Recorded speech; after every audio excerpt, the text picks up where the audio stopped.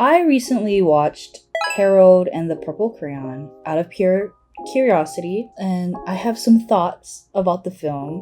Also, I don't want to discuss the lead actor, how awful he is, because I don't have the energy. I just want to talk about the movie. Let's just talk about the movie. So this film is based on a beloved children's book titled Harold and the Purple Crayon by Crockett Johnson. Harold, a 4-year-old boy with boundless imagination and creativity, possesses a magic purple crayon that allows him to create a world of his own simply by drawing it. Now, the film takes a different approach and follows Harold as an older gentleman and his journey into the real world. In the film, we have the narrator, whom Harold refers to as Old Man, telling the story of Harold up until he is a grown adult. One day, the narrator no longer narrates the story of Harold. Worried about where his old man has gone, Harold decides to draw a door to the real world to look for him. His friend Moose and Porcupine tag along. Harold meets with a mother, Terry, and her son, Mel. Mel recently lost his father and makes a promise to Harold to help him find his. As the relationship grows between Harold and Mel, Harold makes the decision to break the purple crayon in half and give it to Mel. In the midst of trying to find Harold's old man, chaos ensues. Porcupine with her breaking and injuring, Moose and Harold destroying Terry's working place, which ultimately makes her lose her job. Gary, a librarian struggling to pitch his idea for a fantasy novel and a one-sided love for Mel's mother, realizes who Harold is and shows him the book of which he came from. Harold sees the name Crockett Johnson and realizes that that is the name of his old man.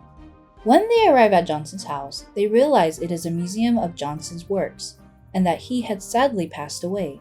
Harold is distraught, causing all of his drawings to fade away, including Moose and Porcupine. Gary takes advantage of this moment and convinces Harold to give him the purple crayon. Gary wants to create his fantasy world into reality and imprisons Harold. Mel is able to find Harold and help him realize that his story and his imagination doesn't end with Mr. Johnson. With the other half of the purple crayon, they are able to escape and find Gary. They are able to put a stop to Gary's dangerous acts. Harold is able to create a door to Gary's fantasy world, in which Gary does not hesitate to enter. Harold, Moose, Porcupine, Terry, and Mel revisit the museum of Johnson's work. Harold is given a letter left by Johnson that explains why he was created. Moose, Porcupine, and Harold return to their world, with Mel handing Harold a pack of multicolored crayons when saying goodbye. And that's the end. That's the movie. My biggest concerns with this movie was that it was made into live action and that for some reason Harold was aged up. There's a growing number of live actions, coming out like hotcakes, and I had a pretty firm stance about it. I truly believe that live action films were unnecessary. Because a lot of them were retelling of stories we've heard, growing up. So in my head, I'm thinking, what could there possibly be in a live action film that, we're not all aware of already, But then The Little Mermaid came out, and my stance fizzled out fairly quickly because the way I see it, especially for The Little Mermaid, with proper care, actual thought and heart into it, live action films can tell a reimagined story that will inspire a new generation. The way I view films, that's something that I like to see. Inspiring a new audience, providing them with a new outlook on life. And I feel like The Little Mermaid did just that. However, this film failed to deliver a heartfelt message. It didn't really, give off this desire to take life head on. I truly believe it would have done a better job had it been an animated movie. In the book, Harold is just like cranking out drawings left and right with his purple crayon, mind you. Why wouldn't you want to translate that with animation? Could it be that animation is still being viewed as childish? They're still viewed as something exclusively for kids, which I totally disagree with, because have we not been introduced to amazing shows and movies alike? The standards animation sets and continues to raise is something that shouldn't be dismissed. With animated films, they have the ability to touch on subjects that, some view as taboo or have like a stigma attached to it. Subjects like, let's say mental health, depression, homosexuality, which honestly is so stupid. Really? You're scared? You're scared of gay people? I judge you harshly for that. We're going off subject. The power these types of films, animation films, have, extraordinary. People abandoning them because they're seen as a child movie or show, people with that type of mentality, you miss out. You're missing out on beautiful stories being told, and you're missing out on talented people, and their craft. I don't think this movie did a good job. I made a smart choice to make it a live action.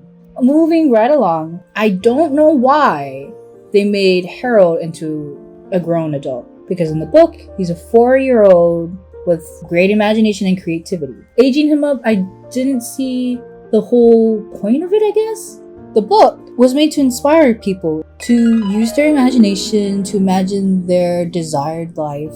The understanding of living our life or just surviving it comes down to the idea of how much we believe in ourselves to make it happen. With a strong lesson, or was it the moral of a book, this movie did not accomplish that. This movie felt hollow. It felt really hollow to me. And if you're gonna stay with the whole live action idea, why wouldn't you just have a young boy play Harold? You're telling me there's no bold-headed child actor who likes to draw? You couldn't find someone like that?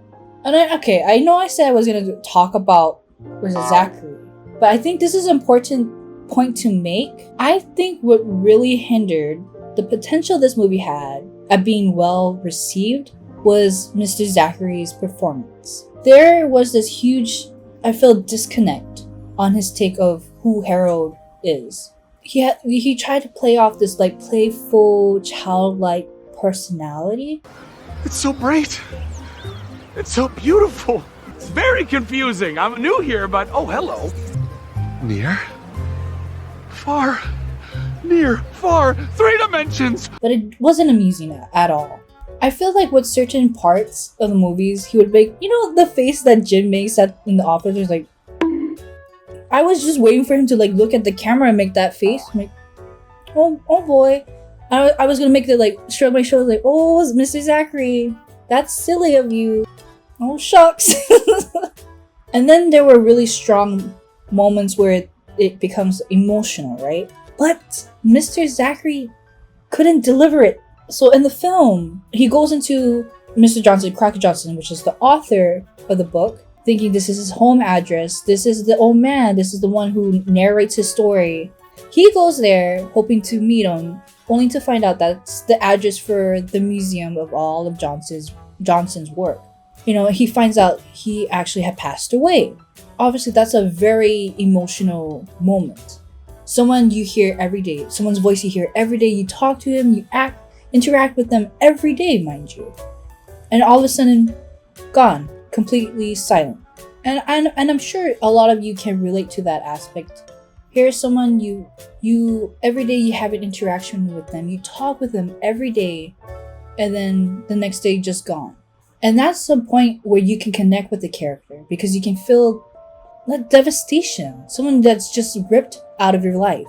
So as we see the scene play out, we see Harold taking that news, and you're waiting for that, maybe you start to cry, right, with him. I didn't feel that with Mr. Zachary. I don't know what his acting choices, because I can understand not everyone's gonna react the same way receiving something as painful as a heartbreaking news like that. Not everyone's gonna be crying, a fumbling, mumbling mess. Some people react in complete silence. Some people are just mindlessly wandering around, stuff like that. You're completely numb from it, I think he really fumbled with this emotional moment for the audience, and that's why I didn't feel sad at all. I kind of just watched him this was just another scene playing out. I was wrong about everything. It's over. What do you mean it's over? You can do anything. No, I can't. I'm sorry. No, No. And that's why I'm pointing out this point in Mr. Zachary's performance and acting choices, because when you're telling a story, right, you're hoping the actor can really bring out that type of emotions to have that connection with audience. And I don't think he did a good enough job for me to feel connected with Harold at all, to have any sympathy. I just kind of watch his character. I'm just kind of waiting for, okay, what's the next occurrence? What's going to happen next in the film? So I really think Mr. Zachary did not have strong enough acting skill to really bring the emotional scene to light and to really move the audience with him, you know? Which goes to show, had this been animated, maybe the results would have been something completely different. Oh, and another thing. This is not just I'm gunning for someone's acting ability. I felt that the writing was a bit messy and disorganized. There are little things here and there I don't agree with happening, such as making moose and porcupine into humans into the real world. One thing I feel should have been the central part of the movie, and that would have really resonated with the audience a lot stronger, was the connection between Mel and Harold. We see that Mel has this really amazing imagination with his creative drawings and his imaginary dragon, lizard, hybrid pet. Now, when Harold found out about his father passing, I feel like we should have kept going with that focus, that storyline, right? Because after finding out his father has passed, this is where Harold kind of loses faith within himself. Maybe it should have been a turning point where Harold starts to become angry. And instead of drawing from imagination of like creative things to be helpful, throughout the movies, that's what he's done. Drawing things to be helpful, really bring happiness into other people's lives. I feel like this should have been the point where he becomes angry. And then he starts to create things, harmful things. Because when you think about it, we've done hurtful things because we were hurting, right? I'm sure I've done pretty mean things because of, I was hurting, so I'm gonna make sure everybody knows I'm hurt. So I may have intentionally or indirectly hurt somebody else in the midst of my actions. I'm going off topic, but like I said, so he's angry, right? He's doing these harmful things. Had we followed Harold with his childlike sense of wonder, right? And seen him turn to someone whose innocence had just been stripped away and had been shown the cruel intentions of the world, would that not have been a far more interesting story to follow? And then have Mel, who we know had lost a loved one too, help Harold with his grief, to show that just because our loved one's time in our life ends, it doesn't mean that our love of life has to end too. It would have been really nice to see Mel help Harold with reimagining his new world. A life with new adventures, of hope and wonder. We don't get that. We are given Gary as an antagonist, and the focus of the story gets shifted. Why would we end the movie with Mel handing Harold a multicolored pack of crayons? It's Harold and the Purple Crayon, not Harold and the multicolored pack crayons. So again, those little things in the writing, the way, and it was confusing to me. These are my feelings and thoughts that I've had after watching the film. Again, I don't want to come across being like a bully or being mean towards the people behind the film. I mean, regardless, a lot of work and effort goes into films like this, but I'm not coming here with ill intention. I want to make that clear. And some of you who have seen this movie and thought it was perfectly fine will totally disagree with what I have to say, and that's cool too. When going into a film, I feel like we all have like a checklist of things we check off when we feel like a movie's good. This movie, Harold and the Purple Crayon, miss some of those boxes for me. That's all. Let's do a fun activity. Let's take other children books, and see if we can make some movie ideas. You're playing with me. Let's have fun. You have no choice. You sit with me.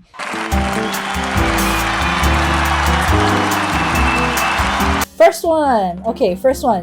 No David by David Shannon. The appropriate route would be a horror thriller movie. Let's think. Okay, a boy who is constantly told no all his life, right? Starts to feel inadequate. And so his actions get more drastic, eventually ending up hurting people. And that would be a good reasoning to age up this person, right? Well, now we see David as a grown man, and he's going off with his killing spree. No David, the last words of his victims. Or we could take like a lighter tone and make No David into like a coming of age. David, constantly told no, has led him to doubt himself and his actions. We see David as a young boy who's made himself small so that he doesn't upset his mother. And then we explore the relationship between the mother and the boy. This mother who truly believes she understands her boy, but is actually overlooking his wants. And then a son, David, who just wants to appease his mother, which leads him to an unfulfilled life. An exploration of the turbulent relationship between a mother and a son. No David, or no David? I don't know. Those two possible movies for the book, No David. Good job. Okay, another one, The Giving Tree by Shel Silverstein. Okay, so a lot of people have an idea that this movie is like, this book is a parental figure, right? And the unconditional love. But for our movie, our reimagined story, this could be a devastating love story. The vibes. I'm getting a stop motion film. I love that. Stop motion film. The tree. The tree is giving me Emily from Corpse Bride. Someone who just wants to be loved. Willing to sacrifice bits of herself. Only to be used by a man. A man that reduces her to nothing. Only satisfied when he gets what he wants. And only returns when he feels it's fit for him. Wouldn't that be such a sad love story to witness? Doesn't this just want to make you punch someone who's done that to you? Okay, Giving Tree. That's your take. Come on. Give me the movie. Okay, let's do one more. This would be a very sad movie. Love You Forever. This one's by Robert Munch. I have mommy issues. I don't want to hurt anymore, and for some reason when I'm with you, it just hurts the both of us. Do you have any idea what it costs to raise you and how much you're just throwing away every day? Give me a number. What? I don't understand. You give me a number for how much it costs to raise me, and I'm gonna get older and make a lot of money and write you a check for what I owe you so that I never have to speak to you again. He doesn't even know who you are! I'm his mother! You are my mother too! So it's me you're mad at? No. I'm just sorry that you got stuck with such a loser. That I've always been so disappointing. Okay, that's beside. Sorry. This would be a good short animated film, I think. We see this boy and the unconditional love of a mother up into her dying breath. Film highlighting everlasting love. Like those movies you need to watch when you just want to cry a little bit. Or we can spice it up. We flip it on its head and we make it into a horror film. Because if you've read the book, there are certain parts where she's literally crawling to the edge of the boy's bed to pick him up and start rocking him and singing to him. Mind you, he's like mid-sleeping, man. She just starts singing, I like you. That's kind of creepy. You know those, what is it they call those overbearing, the boy moms that kind of off, like, get creepy? I think that if you want to make a horror film for Love You Forever, that's the route you would take. These are my ideas for some of these children's books, and if you like them, by all means, let's talk about it. Let's make it happen, baby. But this video started out as my little review of Harold and the Purple Crayon. I apologize if my thoughts were kind of all over the place. Thank you for listening to me ramble. Hope you're eating well. Eat well, sleep well, Thanks for hanging out with Mel. that was pretty good, yeah? Is that my sign off? Do I have one? I made that up. Because with a little bit of imagination, I just got inspired by Harold. It's that little bold boy that just popped in my head that said, hey girl, think of that. Thanks, Harold. I'm all over the place. It's getting late. I need to go eat dinner.